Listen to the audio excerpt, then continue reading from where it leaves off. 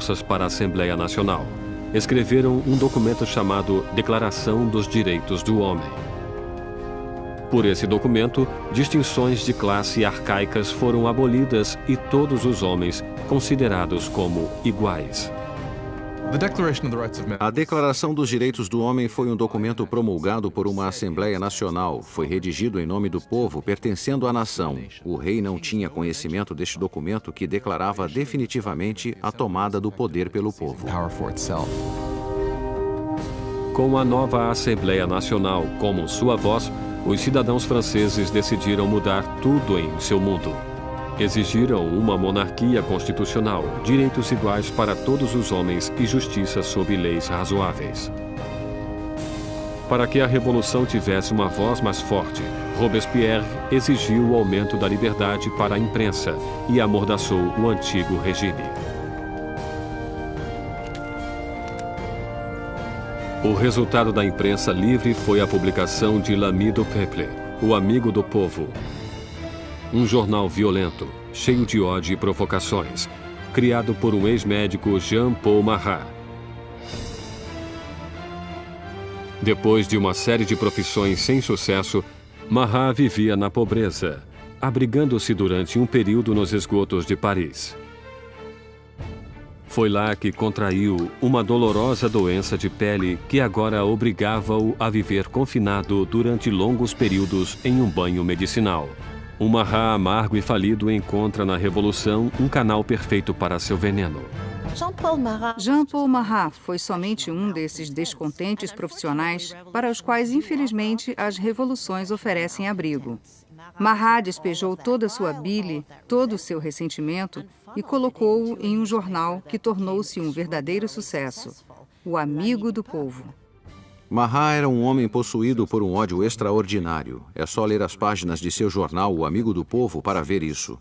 Em todos os assuntos demonstra uma mentalidade completamente paranoica, vê complôs por toda parte, todos estariam planejando contra a revolução. E a resposta é muito simples para ele. A resposta é sangue, a resposta são cabeças. Marat odeia as extravagâncias praticadas pela monarquia enquanto a pobreza devasta a França e precisa somente do menor rumor para arrasar com o rei e a rainha em seu jornal. No dia 2 de outubro de 1789, seu ódio chegou ao auge. Soube-se em Paris que o rei dera uma festa em Versalhes, que a realeza decadente atirou a nova bandeira tricolor ao chão, símbolo da revolução, pisoteando-a. Marat ficou enfurecido, relatou o insulto em seu jornal e fez surgir uma nova ameaça. O rei novamente ordenou que as tropas entrassem em posição em torno de Paris. Com a queda da Bastilha ainda vibrando nas mentes das pessoas, Marat exige freneticamente que hajam. Povo de Paris, está na hora de abrir os olhos. Sacudam seu torpor. Acordem. Mais uma vez, acordem! 5 de outubro. O dia amanheceu com a agitação furiosa dos sinos. Mulheres reunidas perto da prefeitura protestam contra a diminuição do pão. E agora o medo da aproximação das tropas reais se mistura ao ódio pela notícia da festa ofensiva que circulava entre o povo. Logo, milhares marchavam para Versalhes, com lanças e armas nas mãos. As mulheres iriam queixar-se ao rei. O centro da multidão era formado pelas famosas peixeiras, as destemidas mulheres dos mercados centrais, conhecidas por sua constituição forte e por sua coragem. Estavam equipadas com facas de escamar peixe, eram muito musculosas porque carregavam caixotes. Ninguém gostava de enfrentar essas mulheres. Eram mulheres dos bairros pobres que eram mais afetadas pelo aumento do preço do pão, da escassez de produtos que subitamente começavam a perceber que precisavam agir. É extraordinário que essas mulheres comuns, a maioria nem sabendo escrever seu nome, de repente agissem como protagonistas de um processo histórico. No palácio, a notícia da aproximação das mulheres furiosas chegou às câmaras da rainha. Diz a lenda que foi nesse momento que Maria Antonieta disse a frase famosa que jamais foi dita. Maria Antonieta não disse que comam brioches. Isso é um mito. Ela, infelizmente, talvez nunca tenha nem percebido os pobres de seu país tempo suficiente para fazer tal declaração. Quando as mulheres reuniram-se fora dos portões, Luís compreendeu que a revolução não poderia mais ser ignorada. Estava sendo levada à porta de seu palácio. Concorda então em assinar a Declaração dos Direitos do Homem e a multidão continuou a crescer durante a noite. Pela manhã, 20.000 pessoas acampavam-se diante do Palácio Real. Para encerrar os séculos de distância entre o rei e seus súditos, a massa irada exige que o rei e a rainha mudem-se para Paris. Indeciso, como sempre, Luís hesita em responder. Sua hesitação provocaria a fúria na multidão e colocaria as vidas da família real em sério perigo. Quando não recebem resposta ao seu pedido, deram a entender que massacrariam a rainha. Uma onda de mulheres furiosas invadiu o palácio, gritando pelo sangue da rainha. Massacraram guardas, decapitando-os e enfiando lanças em suas cabeças. Eram como espíritos gritando pelo palácio. Quero as entranhas dela, quero sua cabeça, quero uma perna, quero um braço.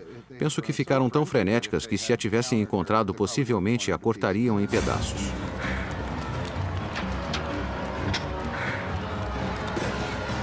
Temendo por sua vida, Maria escapa para os aposentos de Luís, poucos momentos antes das mulheres penetrarem em suas câmaras e estraçalharem sua cama. O rei e a rainha estavam à mercê da multidão. E o que ela queria era um pouco de atenção do rei. A única maneira das mulheres acalmarem-se seria a família real concordar em ir para Paris, já que as autoridades estavam em Paris. Seriam forçados a fazer o que o povo queria. 60.000 pessoas avançaram, deixando Versalhes em carroças e vagões carregados de farinha da despensa real. A carruagem foi escoltada até Paris.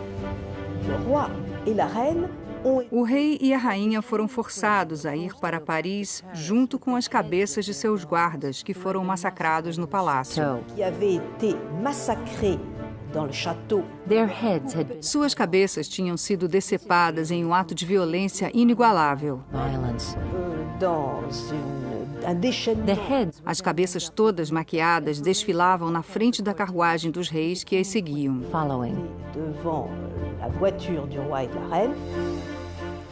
O rei e a rainha deveriam habitar agora o Palácio das Tulherias. Nunca mais veriam Versalhes. Quando a família real mudou-se para Paris, passou a ser prisioneira. Eles sabiam, todos sabiam, havia grandes limites para o que poderiam fazer ou sonhar fazer. Eram os prisioneiros da capital, não havia a menor dúvida. Versalhes ficou abandonada e a Assembleia mudou-se para Paris. O poder agora estava com o povo. A França teria uma democracia, novas leis e uma forma notável e inesquecível de justiça que seria inaugurada no palco revolucionário: a guilhotina.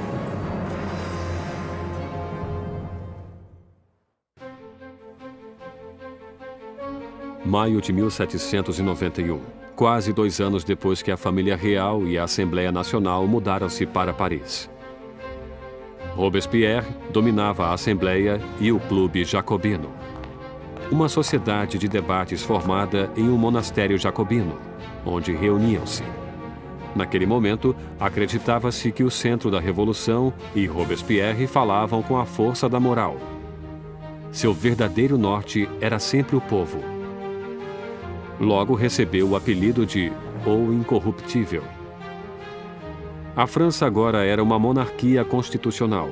O rei foi obrigado a dividir o poder com os revolucionários na Assembleia, mas a parte de Luís diminuía dia a dia, enquanto era obrigado a assinar lei após lei diminuindo sua própria autoridade, além de outra do regime feudal, a da Igreja Católica. Luís decidiu que chegara a hora de fugir da nova república e montar uma campanha para reclamar seu reinado. Luís decidiu em 1791 que precisava retomar o controle do país. e sabia que só poderia fazer isso com a ajuda de um exército estrangeiro. Teve então a ideia de fugir do Palácio das Tulherias e dirigir-se para a fronteira mais próxima. 21 de junho de 1791. O rei e a rainha, disfarçados como criados, fugiram do olhar ameaçador de Paris. Planejavam conquistar sua liberdade. Já passava da meia-noite quando a família real chegou à pequena cidade de Varennes, 160 quilômetros a leste de Paris. Estavam perto da fronteira da Áustria, a salvação estava próxima. Mas seu caminho para a liberdade não foi adiante.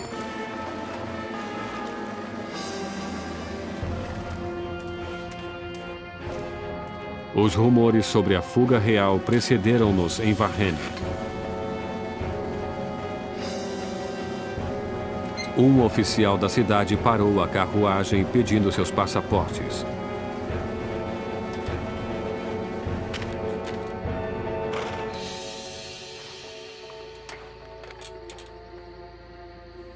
Sua suspeita foi confirmada. Era a assinatura do próprio rei. Ele ficou surpreso com a visão de seu rei. Mas a guarda revolucionária não demonstrou reverência pela realeza. O rei esperava que o povo o reconheceria e que haveria uma rebelião em seu favor. E, para seu horror e surpresa, não se deslumbravam ao reconhecê-lo. Viam-no como um fugitivo e imediatamente foi preso e levado a Paris. A ideia de que o monarca abandonara seu povo foi psicologicamente catastrófica. Esse acontecimento rompeu o laço entre Luís e seus súditos. Agora tinham um rei que não era somente supérfluo. Tinham um rei que também era um traidor. Com a família real oficialmente presa da Revolução, o poder passou de Luís, agora um rei prisioneiro, para os revolucionários na Assembleia. No coração daquele jovem governo revolucionário estava Robespierre. Ele brilha no pódio gritando por liberdade, igualdade e fraternidade. Exige o sufrágio universal e o final da escravidão nas Índias Ocidentais Francesas e, mais pacialmente ainda, grita contra a pena de morte. Durante essa nova era do iluminismo, Robespierre desejava eliminar todos os remanescentes do passado primitivo e medieval. A Europa herdara um repertório macabro de todo tipo de execução vinda da Idade das Trevas. Arrastavam pelas ruas, esquartejavam, enforcavam, afogavam e queimavam em fogueiras. Sob o antigo regime havia uma escala de castigos terríveis e a decapitação era um castigo reservado para a nobreza, e uma das coisas que os revolucionários queriam desde o início era que todos fossem iguais na morte.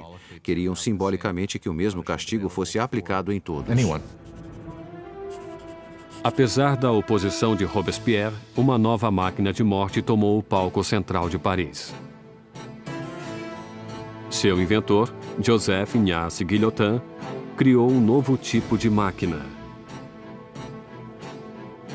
que transformasse a antiga decapitação em um ato mais humano. O Dr. Guillotin descreve sua nova invenção para a Assembleia. O mecanismo cai como um raio. A cabeça separa-se do corpo, o sangue jorra e o homem está morto. Sendo um apreciador do derramamento de sangue, o jornalista Marat anuncia entusiasticamente o novo invento, dando-lhe o nome de guilhotina, que logo seria conhecida por outro nome, a navalha nacional. Os revolucionários franceses acreditavam em valores humanos. Acreditavam não ser necessário causar sofrimento desnecessário. E o que gostaram sobre a guilhotina era sua rapidez, eficiência. E até onde se sabe, já que ninguém voltou para dizer, era indolor. A guilhotina silenciou os inimigos internos da Revolução. Qualquer um que fosse suspeito de tramar a volta de Luís ao trono. Mas eram os inimigos que rodeavam a França que mais preocupavam a Assembleia. Havia um temor de que membros da família real que fugiram para a Áustria lançassem uma contra-revolução. A Assembleia convoca um ataque preventivo, uma declaração de guerra contra a Áustria. Mas Robespierre era contra. Robespierre é uma das poucas vozes que opunha-se à guerra, pois pensa que o inimigo venceria. Robespierre tem medo do país não estar pronto. Não tem um exército capaz de derrotar o inimigo. Portanto, esse inimigo poderia surgir e destruir a revolução. Robespierre perde o debate. Em abril de 1792, a Assembleia declara guerra à Áustria contra um país governado pela própria família de Maria Antonieta. Cresce o furor nacionalista. Se a Áustria derrotasse o exército da Revolução, Luís poderia voltar ao poder. E Maria seria suspeita de traição por se corresponder com sua família na Áustria, abandonando sua fidelidade à francesa com o movimento de uma caneta. Enquanto isso, o rei e a rainha fingem ter aderido à Revolução. Luís e Maria Antonieta fazem um jogo duplo, muitas vezes parecem concordar com a Revolução, ao mesmo tempo conspiravam contra ela. Estavam tentando sobreviver. Se quisermos ser generosos, eles eram sobreviventes, mas se quisermos olhar do ponto de vista revolucionário, estavam mentindo. Com as grandes perdas sofridas pelo exército francês na fronteira, chega a notícia de que a Prússia, aliada da Áustria, juntara-se à invasão. As tropas inimigas são mobilizadas sob o comando do Duque de Brunswick, um general prussiano. A tensão percorre as ruas de Paris. E então, os jornais publicam uma carta do Duque de Brunswick, um manifesto para a destruição de Paris se qualquer mal sucedesse ao rei e à rainha. A confusão espalhou-se. Todos queriam salvar suas vidas. 10 de agosto de 1792, 27 mil cidadãos armados, animados por um ódio indignado, dirigem-se para o Palácio das Tulherias e caíram sobre os guardas do rei em um ataque selvagem. No final do dia, mais de 800 pessoas de ambos os lados estão mortas. O rei foge para esconder-se na Assembleia, mas não existe mais a monarquia. Luís é oficialmente destituído de seu título. Nascia a República Francesa. A lâmina da guilhotina foi batizada com o sangue dos guardas remanescentes de Luís.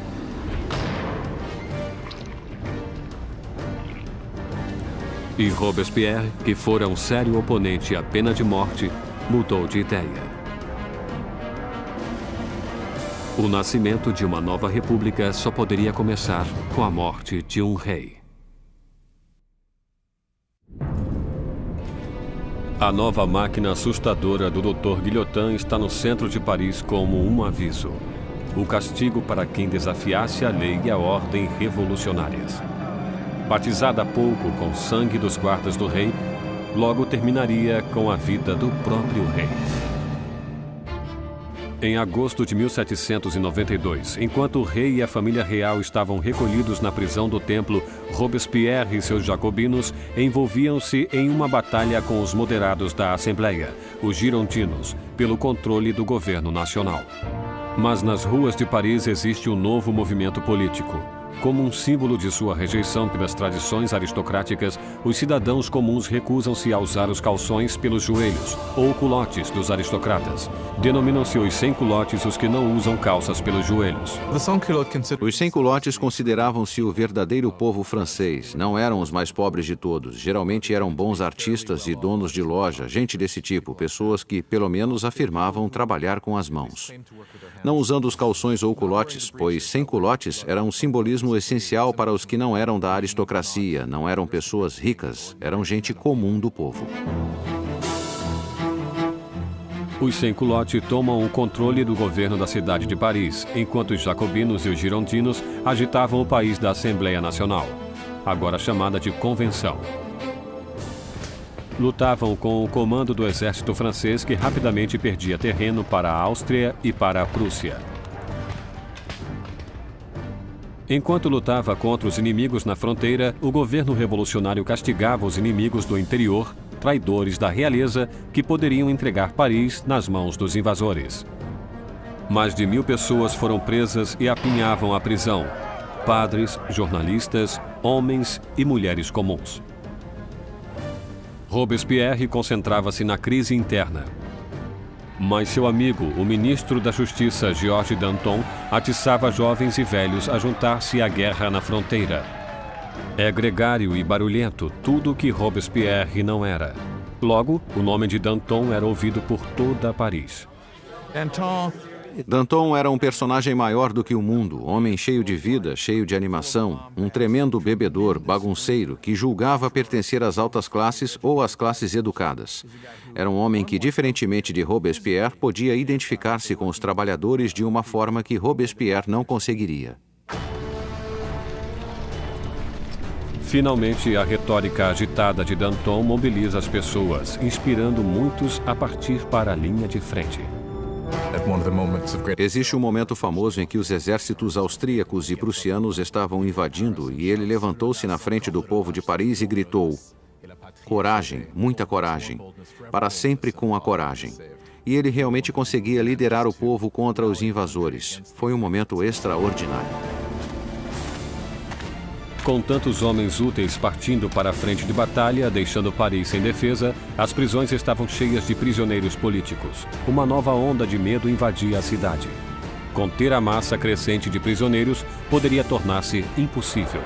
Marat incitou um chamado sangrento aos revolucionários para entrarem na prisão e matarem todos os prisioneiros. Os exércitos estrangeiros avançavam para Paris. Se tivessem se unido em Paris com aqueles amargos inimigos da Revolução nas prisões, claro que os resultados teriam sido terríveis também para o povo.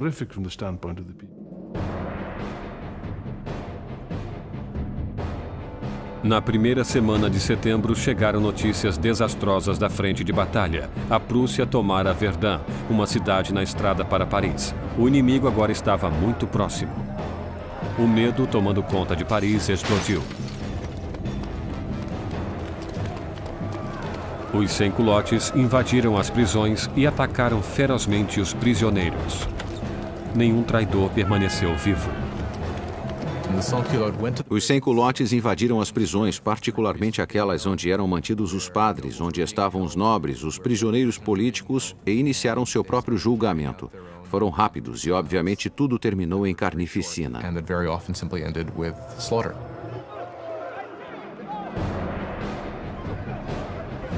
Mulheres eram estupradas brutalmente, padres eram destripados, aristocratas cortados em pedaços. Há uma estimativa de que mais de 1.600 pessoas foram mortas em questão de dias. Quando a notícia do massacre de setembro espalhou-se pela Europa, os inimigos da Revolução estavam a salvo.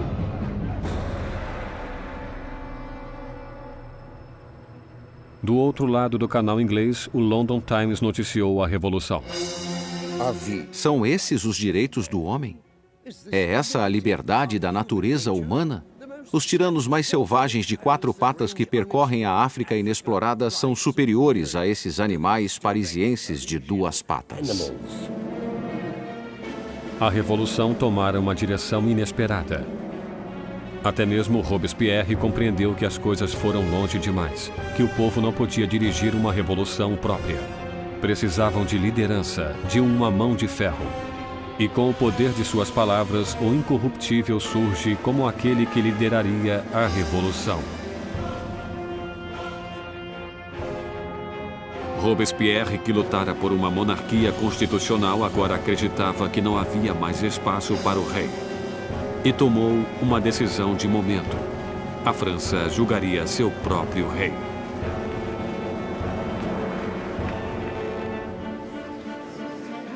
Após a conclusão do veredito, a única questão era a sua única punição. Os moderados girondinos pediam que sua vida fosse poupada, deixando-os isolados na convenção.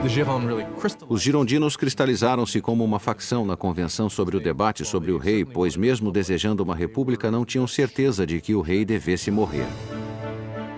Mas os girondinos foram vencidos pelos jacobinos que queriam sangue. Por que os jacobinos queriam matar o rei? Creio que queriam matá-lo porque, como Robespierre disse brilhantemente, temos que matar o rei para que a revolução viva. Se o rei estiver certo, a revolução estará errada. Em qualquer sistema que tenha existido, só existe uma penalidade para a traição, e esta é a morte. E nesse sentido, se o rei era culpado de trair o país em tempos de guerra, então deveria morrer como traidor.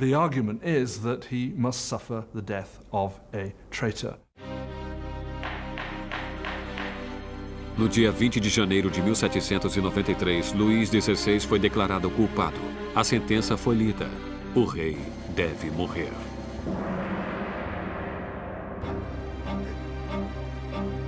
Naquela noite, ele reuniu-se brevemente com a família. Calmo diante de suas lágrimas, prometeu voltar na manhã seguinte para uma despedida final. Não voltou.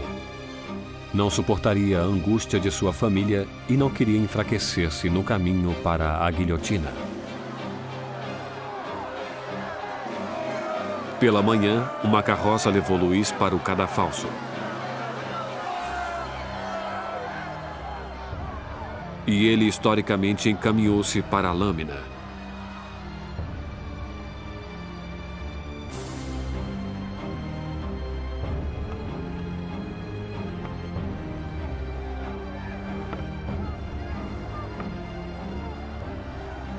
Tentou dizer algumas palavras. Espero que minha morte seja para a felicidade de meu povo. Eu vivi para a França e temo que sofrerá com a ira de Deus. Mas os guardas abafaram sua voz com os tambores.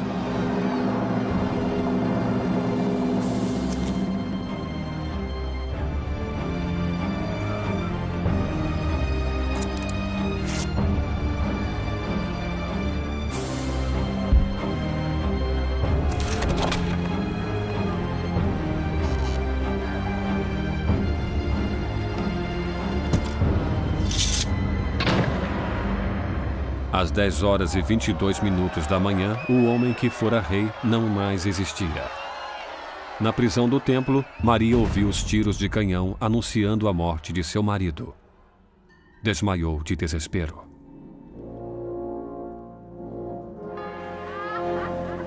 O sangue do rei foi derramado. Os revolucionários eram vitoriosos. Mas os inimigos da revolução logo clamariam uma vitória própria. Seu alvo? O homem que queria ver tantas cabeças rolarem. Jean-Paul Marat.